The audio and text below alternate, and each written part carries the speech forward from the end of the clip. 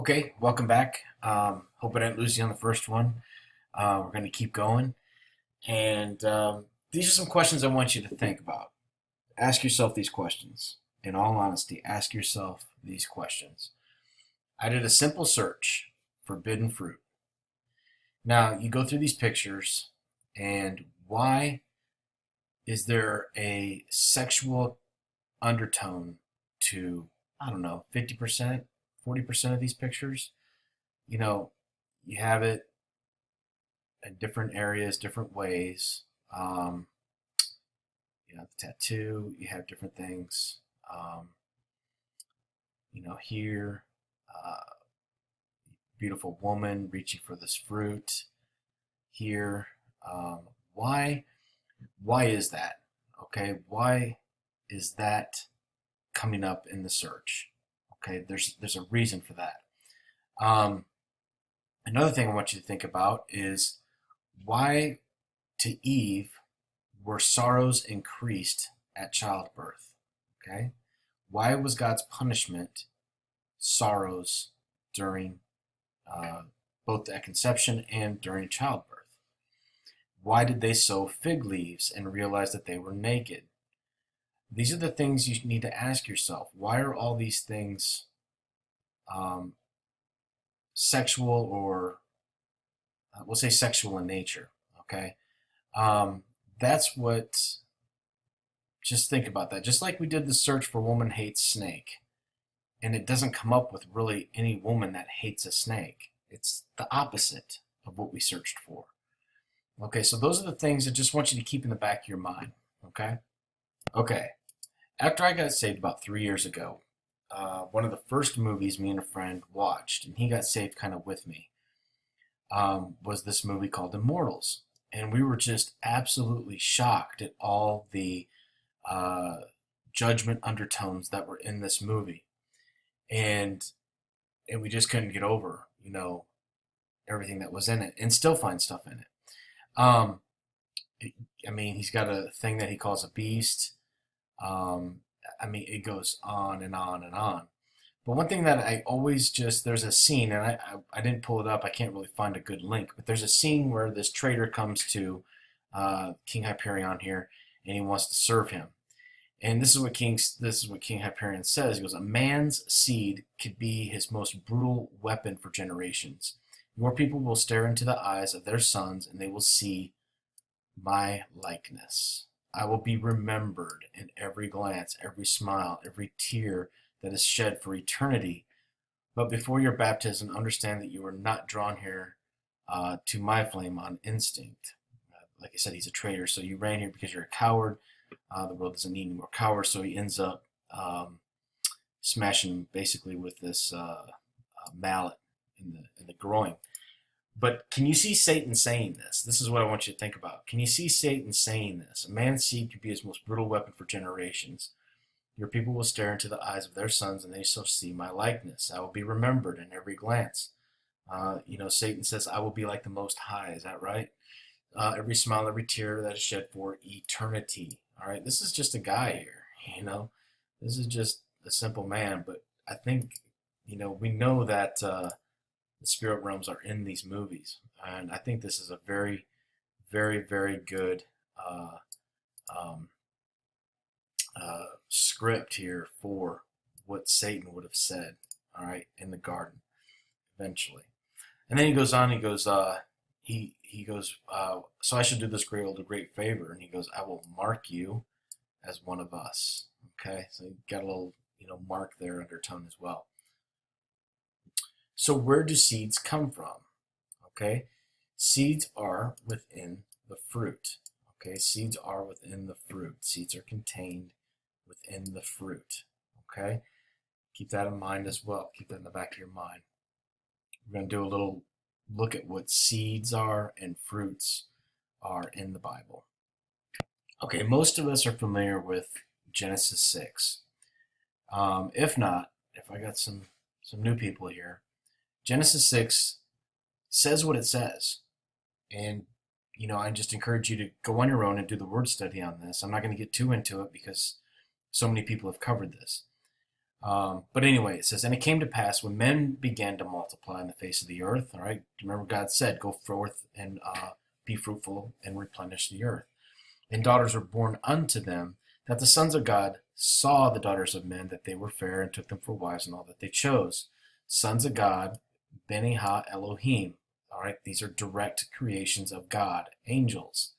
And if you go to Job, it talks about all the sons of God shout up for joy. If you go into Peter, it talks about how the angels left their first estate. And that's exactly what Peter's talking about. These sons of God left their first estate and saw the daughters of men, that they were fair, and took them for wives, and all that they chose. And of course, this is Genesis 6, and what happens in Genesis 7 is the flood. Okay? And the Lord said, "My spirit shall not always strive with man, for he is also flesh. His days shall be numbered to 120 years," which I believe these are the, not the Jubilee years, but I can't think of it right now, but it comes out to about 120. There were giants in the earth in those days, and this is the offspring of this unholy unity. And also after that, when the sons of God came to the daughters of men and bare children to them. And the same became the mighty men, which are the men of old, the men of renown. That's your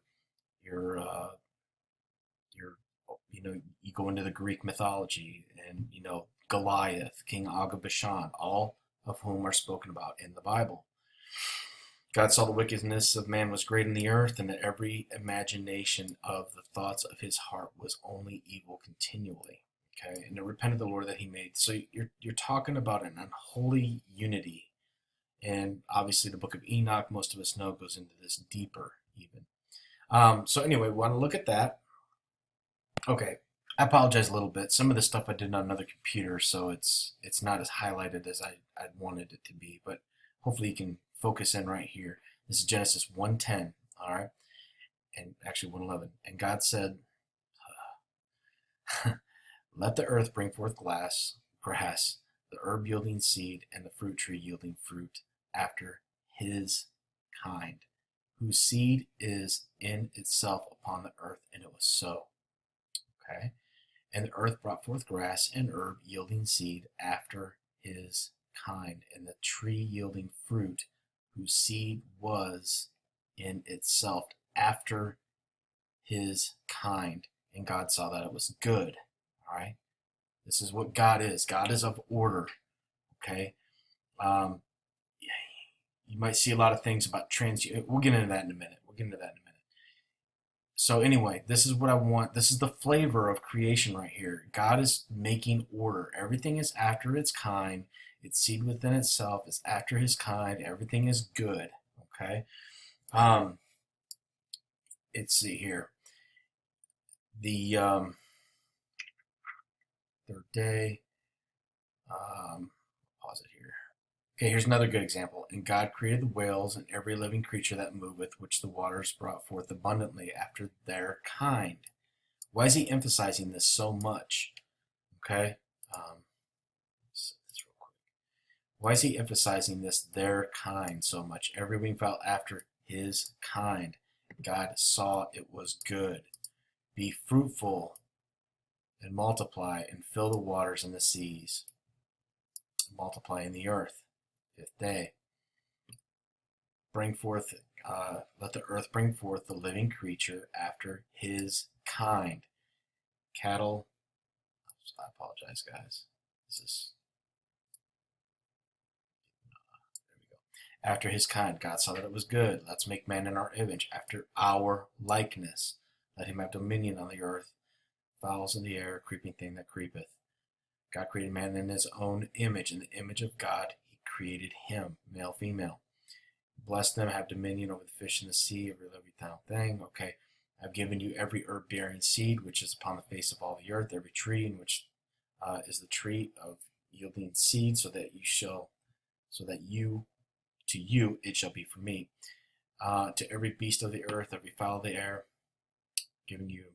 Okay, it was very good. Okay, "Of every tree of the garden you may freely eat, but the tree of the knowledge of good and evil." Who knew both good and evil at this point besides God and probably his son? Who knew of good and evil at this point? If Satan fell before all of this, would he have knowledge of this? He would, because he betrayed God. He defiled God. He was disobedient to God. God cast him out. So who would have knowledge of both good and evil at this point in creation, in all of creation? I would say Satan and his fallen angels would. Okay? They would be the only ones that would have that knowledge of good and evil. Because when Satan was cast out, his right eye was utterly darkened. That's the good eye. The right hand of God is Jesus Christ. That's the good side. The left hand is Satan. And God darkened the right eye of Satan. It was utterly darkened. So he sees evil continually. He sees no good. But the tree of knowledge of good and evil, okay, shall not eat of it. For that day you eat thereof, you shall surely die. Okay? Then he makes Eve. Trying to get to a point here.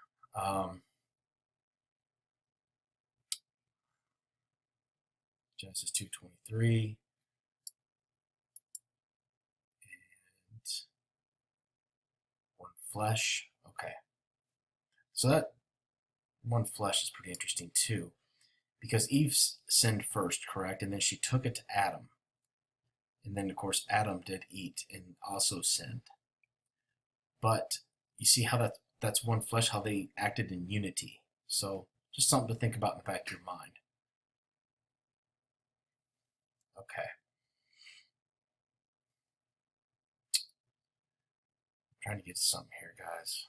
Just a quick side note, real quick. I saw this yesterday. I thought this was interesting in kind of reading all this. And God blessed them and said to them, "Be fruitful and multiply and replenish the earth." If everything was just, if the earth, what wouldn't it just be plenish? Plenish the earth? Go and plenish the earth? Anyway, gives us a little clue that maybe there's something deeper there. But anyway, like I said, just something to think about. All right, let's look at something here real quick. We're going to look at the word seed. Okay, Genesis 1, we're just going to skip through here a little bit and look at the word seed. Brought forth grass, herb yielding seed.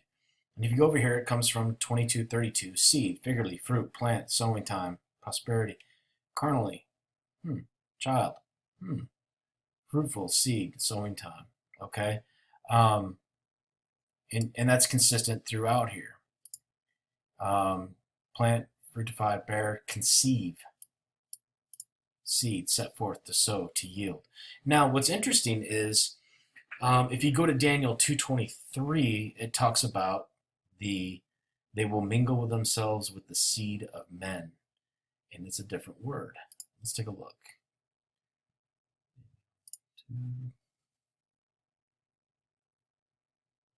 Now we'll start with the clay and the iron, the seed of men. And that comes from 2:23 as well, but it's a different word. Well, it was, I thought. Yeah, one occurrence. Yeah, 2:43. Aramaic. Okay, that's 2:33. I'm sorry, guys. I mixed up. 22:33. Yeah, 22:32 is Zerah. This is 22:33. So there is a difference. So Daniel 2:43, reveals themselves with the seed of men. So it comes from that. It's just a different, where I looked it up earlier, though, it was like a later addition to, a later group, or a later, and it just alludes to the future, is what I was trying to get at. Okay, so if we look at the word seed, it is called Zerah. Zerah, 22:32, not 22:33. All right, not the Daniel one, where it talks about the future one. Anyway, to sow, scatter seed, produce yielding seed, to be sown. Oh, what does that mean? To become pregnant, to be made pregnant, to be sown. Now we're getting somewhere. Conceive, seed, set, disseminate, plant. Okay, so we have a clue here of something a little peculiar. Okay, so let's go a little further. I did a look. Now, one thing I've noticed that Satan likes to do is he likes to take Hebrew names and he'll put it in a meaning somewhere where we won't see it. He kind of like puts it on a shelf or kind of has an undertone to it that we don't initially pick up on. But I found something kind of neat that I want to show you. When you do a search of Zera, this was one of the first things that popped up. And I don't know anything about these games. I have no idea. I just know it's probably not good. But anyway, her father is a red lizard, which I thought was kind of interesting. Daughter of Zelf, the the guild master of Red Lizard. Interesting. You know who else was named Zera? Let's take a look. Remember the Planet of the Apes? Oops. This was Zera. Doesn't this look like a kind of like an unlawful union? Okay, I know it's a bad picture there. All right, but yeah.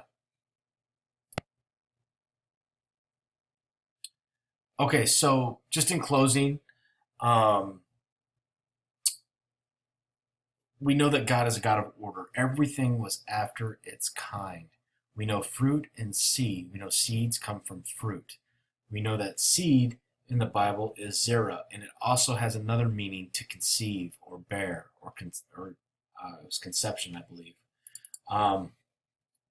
Quick, just so I get my wording right here.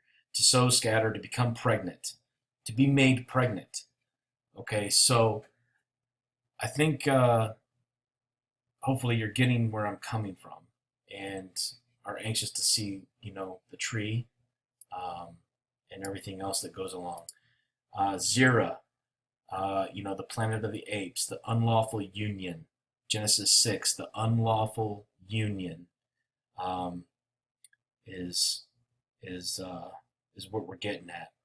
Now, like I said, I'm not so close-minded that this is the only theory. This is I'm just putting out there what I've learned, and hopefully you will take it further. You're gonna find out tree is kind of neat.